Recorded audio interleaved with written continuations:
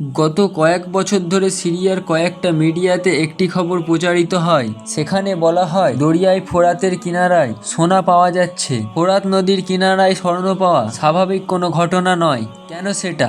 আজ থেকে 1400 বছর আগে আল্লাহর নবী হযরত মুহাম্মদ সাল্লাল্লাহু আলাইহি ওয়াসাল্লাম বলে গেছেন, কিয়ামত ততদিন পর্যন্ত অনুষ্ঠিত হবে না যতদিন পর্যন্ত দরিয়ায় ফোরাত থেকে সোনার পাহাড় বের না হবে। দিন দিন ফোরাত নদী আস্তে আস্তে শুকিয়ে আসছে।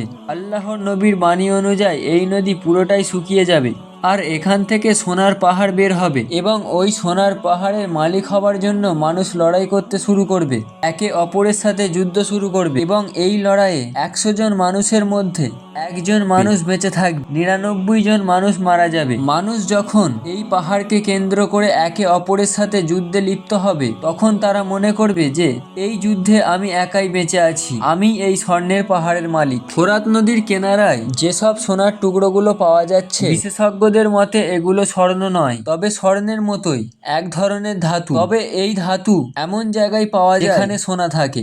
দিন দিন ফোরাত নদীর পানি এবং আয়তন ছোট হয়ে যাচ্ছে। হয়তো আর কয়েক বছর পরেই ফোরাত নদী পুরোপুরি শুকিয়ে যাবে। আপনি গুগলে সার্চ করলে দেখতে পারবেন ফোরাত নদীর বর্তমান অবস্থা। ফোরাত নদীর পানি শুকিয়ে আসছে আর এর আয়তন ছোট হয়ে আসছে।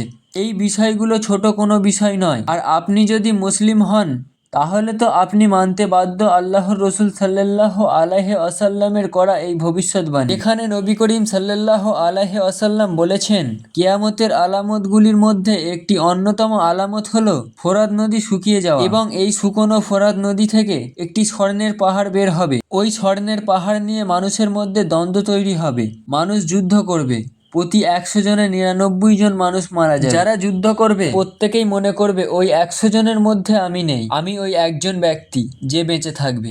এই ঘটনা আমাদের স্পষ্ট বার্তা দেয় কিয়ামতের আলামতগুলি সম্পর্কে এবং আমাদেরকে আল্লাহ রব্বুল আলামিন সতর্ক করছে আমাদের প্রস্তুতির জন্য। রবের পথে ফিরে আসা উচিত। আল্লাহ রব্বুল আলামিন এই বিষয়গুলোকে আমাদেরকে বোঝার তৌফিক দিন।